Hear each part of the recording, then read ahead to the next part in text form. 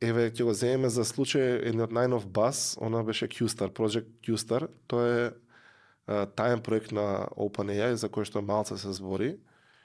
И практично новите наоди, иако има различни шпекулации во светот, најновите наоди, мене најреални ми се дека пробуваат вештачката интелигенција да ја искористат за симулирање на квантни компјутери. Тоа не е значи дека ќе добиеме квантни компјутери, него ќе добиеме некоја аналогија на нешто кое што ќе може да се isprocesира на класични компјутери, а ќе добиеме резултат многу близок на тоа што се процесира на квантен компјутер.